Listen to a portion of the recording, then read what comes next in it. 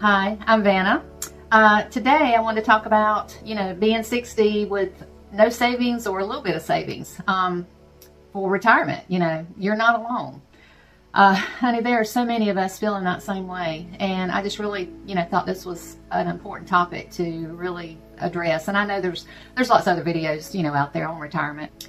I've always been a practical thinker, and the truth is there are still practical steps you can take to stabilize your future and build a plan starting today. So in this video, I want to walk through 12 practical recovery steps that can help you move forward. Many people believe that if they haven't saved by 60, it's too late. And that's so not true. You can begin saving now.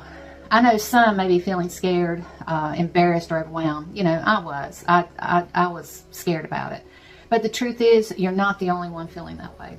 There's so many of us getting closer to retirement age, including myself, and all of a sudden it hits us. We start thinking, I might not be prepared like I should be, and realizing that their financial situation is not what they hoped it would be. So, well, you know what? Life happens, and that's what I have experienced, through my life, my seasoned life, and careers change, which I have changed my career, a few times. Unexpected expenses show up. You have health issues that's come up. You have family, especially, some of our grown children need help. And, you've got, or other family members that may need help that you, wanted to help out. And it could have been just the years got away from you. And that's kind of what happened, to me. It's like, where did the years go? Because, yesterday I was just 20 and just getting started in life. And now I'm almost at retirement age. So that's a wake-up call for sure. It was just in a blink of an eye. And here's something important I want you to understand. Being 60 with little saved or nothing saved does not mean your future is hopeless. It just simply means your strategy needs to change. Instead of panic, we need to start thinking practical. I still go back to when my dad, he was always lecturing me growing up. And he always was trying to teach me how to manage money. He would always, he would always tell me, pay your bills first and then save the rest. He was a simple man, and he lived simple. And that's what he drilled in my head. And of course, back then, I'm young and I've got plenty of time. I don't have to think about that right now. But one of his savings really embedded in my brain. And to this very day, from the time I was just a small child to now, I still remember his words. It just makes me laugh when I think about it. He says, a rolling stone gathers no moss. And I would look at him like, Dad. And of course, it can mean a couple of things. I think what he was trying to tell me is, don't spend all your money and start saving it. And the other thing he's telling me is, you might want to settle down a little bit instead of go, because I was a goer and still am a little bit. I've slowed down a little bit, but, I was very adventurous. I wanted to try new things. And so the adventure part has not stopped, and I think those were kind of some of the things he was trying to tell me. So I want to go through and share the 12 practical steps that help me in my situation, and then it can help you move forward with more confidence. These are not unrealistic ideas or complicated financial strategies because, again, I like simple. I like to stay simple. I don't like stress, especially in these, latter years. I just don't want the stress. These are real steps that many of us can use to rebuild stability in our life. And some of them involve money and some of them don't. The ones that don't involve money is just as important. So such as your health, your skills, your mindset, your willingness to adapt and change with the times, which is so important. So because retirement today looks very different than it did in the previous generations, my dad's generation, my grandmother's generation. Some are creating new income ideas. Some are working part-time jobs, and like me, I'm doing a side hustle. I'm still working full-time, and I do caregiving on the side. I do it one day a week. And I found, some people our age are discovering more of their purpose, and they're continuing to learn new things, continue to give back to society.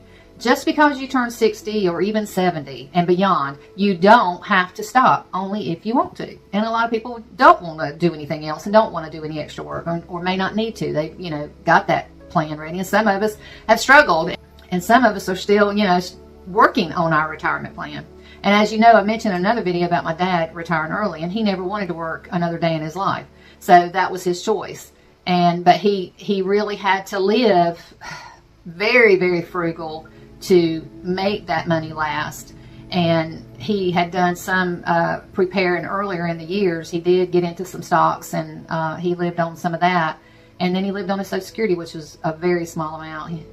So, it's what you want to do and how you want to live and what you want to budget. It's all up to you of how you're wanting to live in these latter years. If you possibly can control, most of it. Some people can't control it because of health or whatever other reason, Let's walk through 12 practical recovery steps that can help you take control of the next chapter of your life. So, 1, don't panic. That's the biggest thing. Start by creating a clear picture of your finances.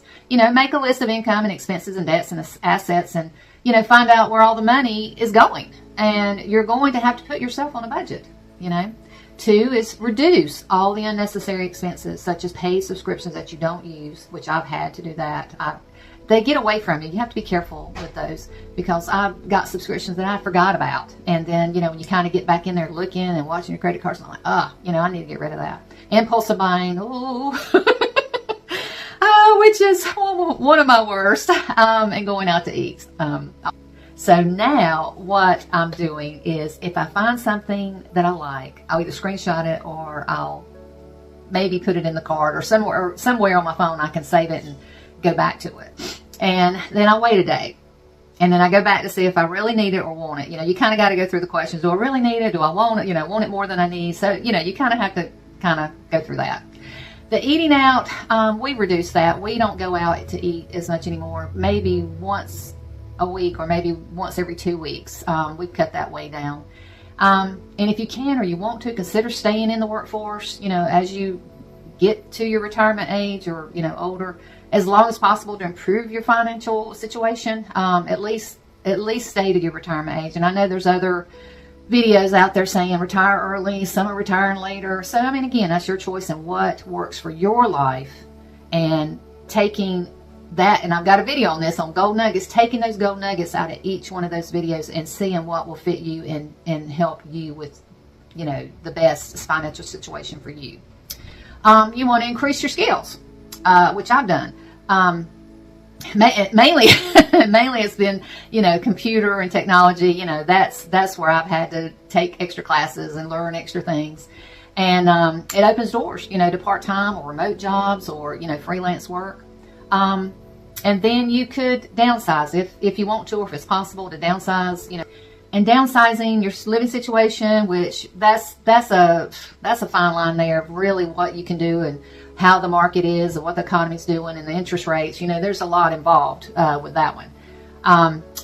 And what I did on my credit cards, of course, everybody, knows credit card debt. That's the biggest thing, and everybody talks about that. Well, what I did is the snowball effect.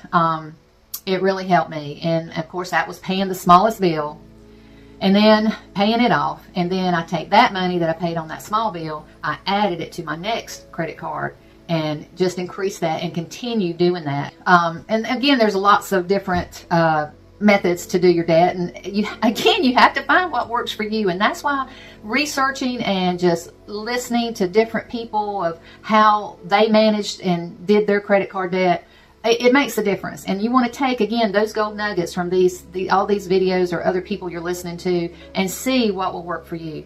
The snowball effect worked for me. And of course, the main thing on this is you really, really got to get your patience in line. That was my big thing, because I'm trying to work on the patience, but it's hard. You're anxious. It's like you kind of fall back. So, I don't have the money to pay that credit card this time, and then you kind of get off track, and then you just it's hard. It's a hard journey, and that's where your patience really have to come in. So what you do is pick yourself back up and start again. And that's what I've done. I've had to you just have to keep picking yourself back up. Even if you can't pay a whole lot of extra on that next bill, it's okay. Just pay a little. We've got to get out of this mindset, I got to do it all at one time. I'm telling you, you've got the big elephant there, and you're just taking little chunks out of that elephant to get rid of that big bill, or any bill, any credit card debt. And that's what it takes. It's just a little bit at a time, but you got to have patience. You got to get those patience in line. We're on number 7. Possibly really do some deep thinking and creating multiple income streams through part-time work, work and online work, sharing your skills. Think about your talents and that you can help others, and that's what I've done. And number 8's most important is to protect your health through good nutrition and regular walking, sleep, stress management. These are major, major, major. And I have videos on those, and you'll see kind of what I've done and what's helped me. And when I was building a small emergency fund, you may not have a lot to save at one time, and that's okay. I didn't. And just to start, just getting started, get started, and all you have to do is just do something.